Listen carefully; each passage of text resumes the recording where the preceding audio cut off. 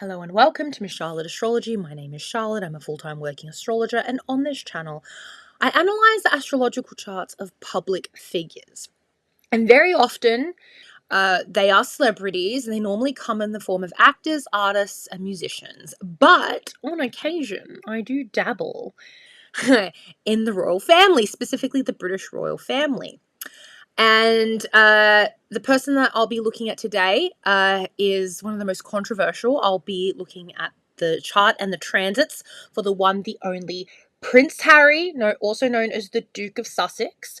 And he's been making the news cycle recently because he lost his court case. He was fighting for the right to have a specific security detail that is normally funded by the UK taxpayer. He was fighting for that, for him to use when he visits the UK with his family. Now, he offered to pay for it out of his own pocket, so it wouldn't have to cost the UK taxpayer anything, but he was denied. And that means, well, he said in an interview with BBC, that indicates that he will not be bringing his family, his wife and children over to the UK, which I'm very sure a lot of people are cheering for it. But yeah, it's quite sad, actually. He also talked about how he really wants to see his dad. He wants a reconciliation, and that his father's not talking to him.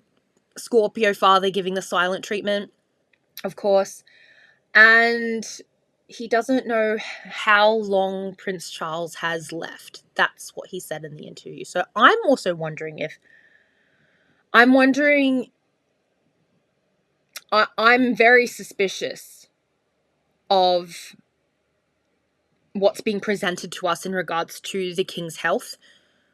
He might be a bit more sick than they're letting on, which is really concerning, So what I wanted to do today was have a look at Prince Harry's chart, look at the transits, and talk about what's going on with him. And also, if you are a Virgo, and you're suffering, if you've got a Virgo placement, if you're suffering under this South Node, we're going to talk about it today, because the South Node indicates a release, letting go of control. And it can be really, really painful, especially for Virgos, because they are control freaks and perfectionists, and it's rough. It's rough.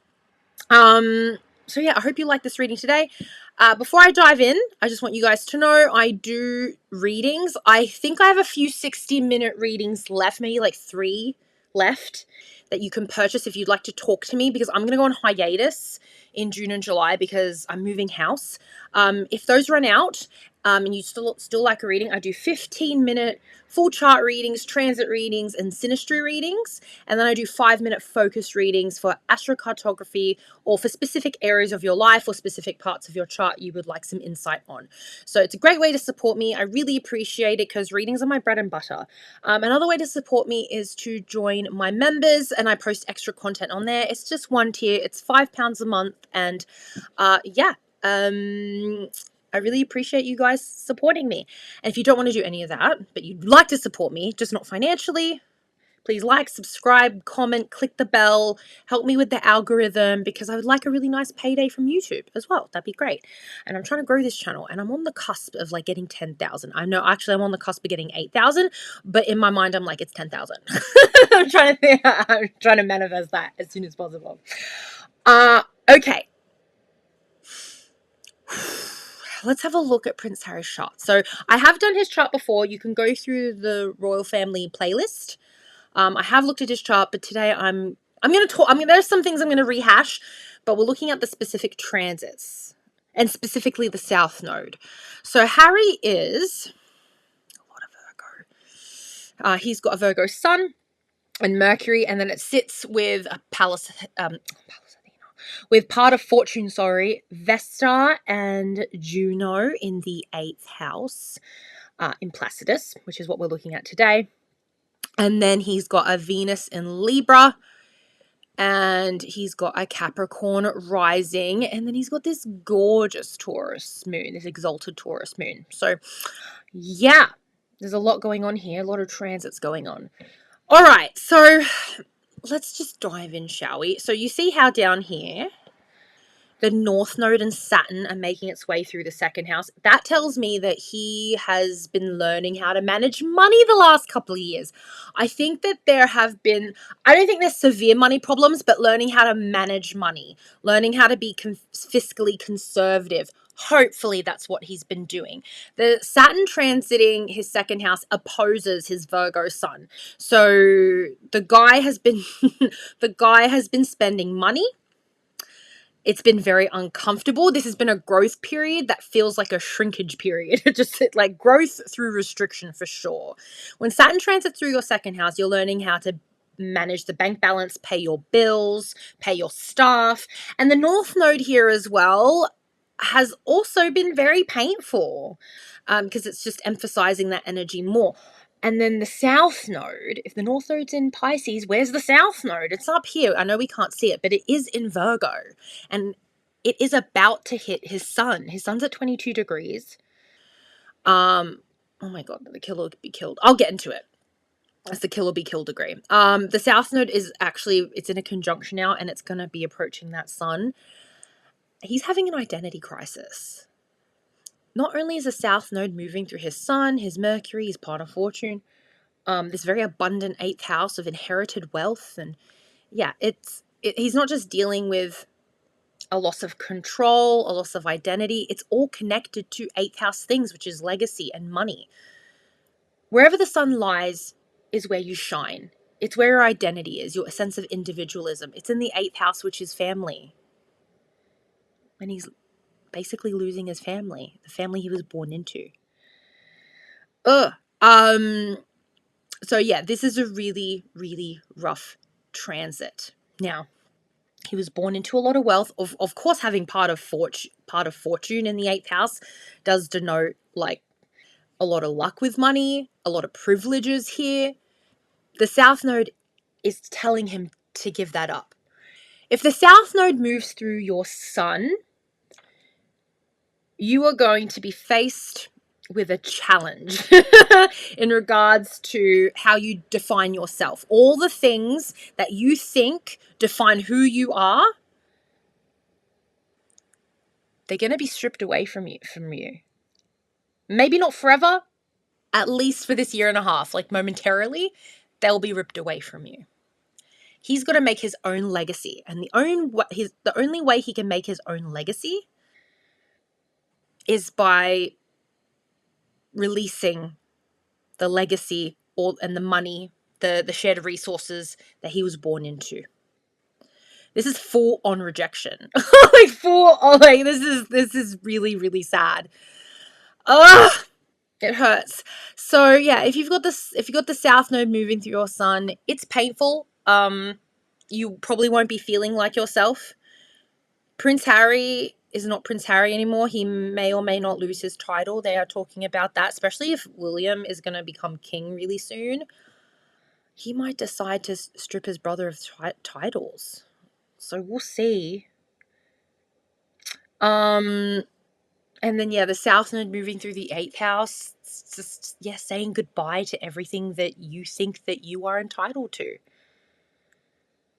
Even if you're being fair, even if you're being kind, even if you're willing to pay for that specific security detail, like Harry, in the end, you're not with the family no more, so you don't get the family perks, even if you financially pay for it. No. You wrote a book about us. You embarrassed the family. And don't get me wrong, guys. I've got a lot of sympathy for Harry. I get a lot of shit because I have sympathy for him. But as a fellow black sheep, you cannot expect to be building bridges with people that you talk shit about publicly. You can't expect that. At least for now. Sometimes things change. Sometimes opinions within the family evolve, and sometimes it takes a few decades. Okay? But for the moment, he's shut out. So yeah, this is a rough transit. Very, very rough. I think he'll be spending a lot of money during this transit. If the South Node is moving through a money house, you'll be losing money. The money that he's losing, potentially, is inherited wealth.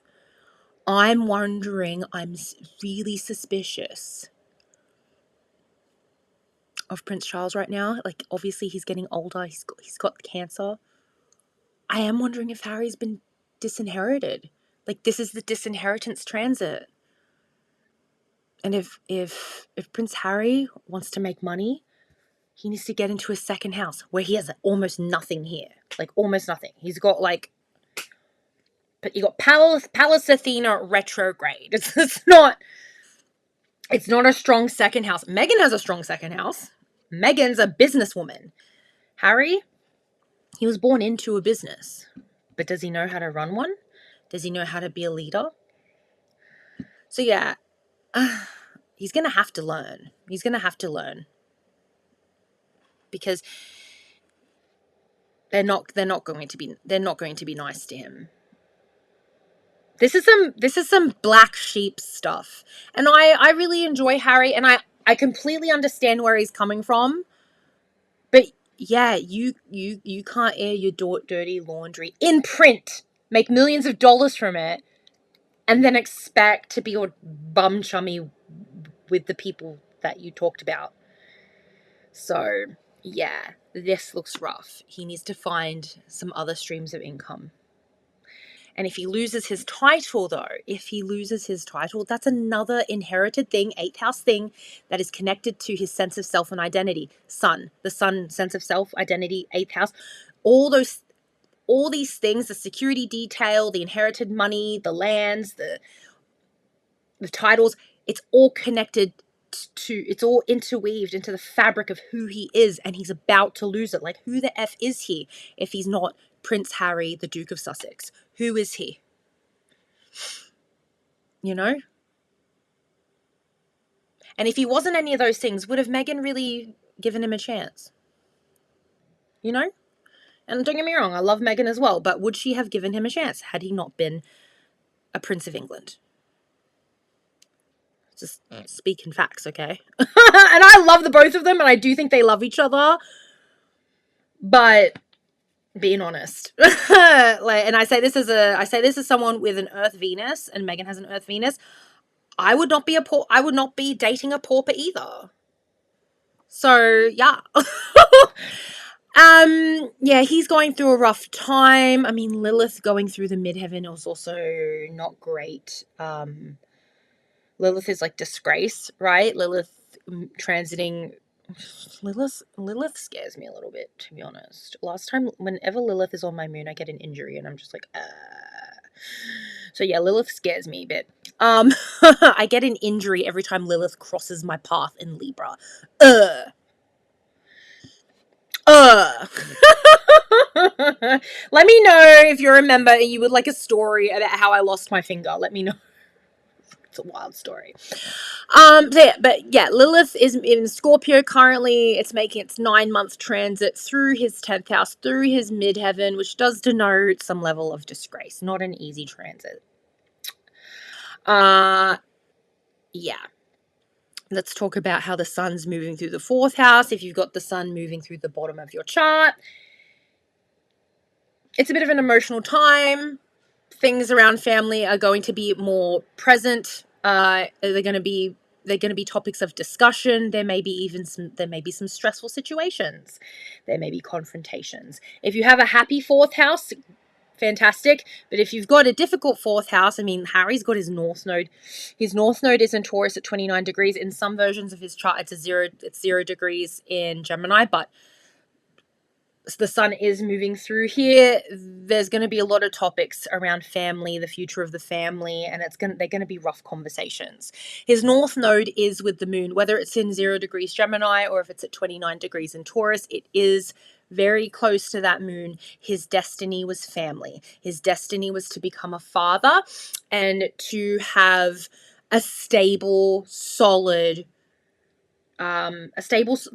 solid family that he did not grow up in. He has to create that, and he did.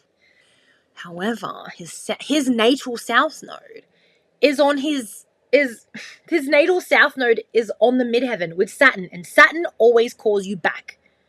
And he said it in that interview that when he returns to the UK, it's usually for court cases or for funerals. Very Scorpio. Like, the south node on his the natal south node and the Saturn indicates that he will be called back time and time again to serve.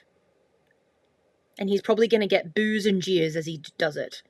He's got to go back for the family business. He's got to be present for the funerals and for the court cases and for, I don't know, maybe the weddings. But, this is rough.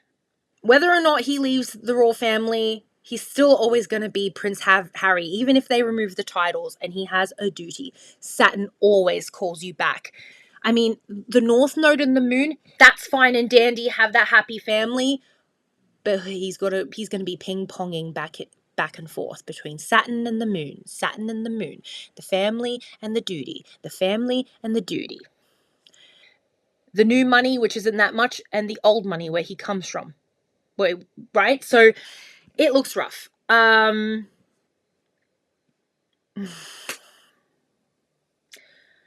yeah. He can't have it both ways. And Scorpios, his dad's a Scorpio. His dad could take this to his grave. And when I watched his interview talking about his father and how his dad won't talk to him, what came through my mind was Diana's interview where she talked about how Harry's it's the pregnancy that she had with Harry where her marriage was the happiest, and when Harry was born, Prince Charles flipped because he was disappointed that he didn't get a daughter. Harry, from the moment he was born, was a disappointment. From the moment he was born, he was a disappointment. He was the dim one, the dumb one, the stupid one, the naughty one. And who does that sound like? Sounds like Diana. Diana was that. Diana was the dim one. Diana was the stupid one, the rebellious one, the crazy one, the emotional one. He really is. He really is his mother's son. And history repeats itself. Yeah, breaking family cycles. I think we glamorize it a lot, especially in the spirituality community. We talk about breaking family cycles. They're not for the faint of heart. And if you are a family cycle breaker, just know that once you do something, once you say that thing that no one else will say, once you tell the truth, especially if you put it in print, you record it down, there is no going back. All you can hope for is that in the future, someone, at least one person on that other side, will see it from your perspective, and they'll come to you and cross that bridge, right? But this has all been done before. History does repeat itself. Go look at the Windsors, man. Like, this is not a new story. This has happened before. Anyway, there's a lot going on with this man. I wish him luck. Hopefully Jupiter going through his 7th house is promising, and he can build connections, and it's a very happy transit for him. But in the meantime, we got another 1 year and 2 months of this South Node moving through his Virgo placements. And that's rough. Pretty rough. I wish him well. But Harry, you stepped in it and you can't go back. Stop. Stop doing interviews. Stop doing interviews, Harry. Anyway, guys, I hope you enjoyed this reading. Let me know if you remember. Do you want me to talk about how I got an amputation? It's a crazy story. The shit you get up to when you're living overseas. All right. I'll let you go, and have a great day, night, and I'll see you in the next video. Bye.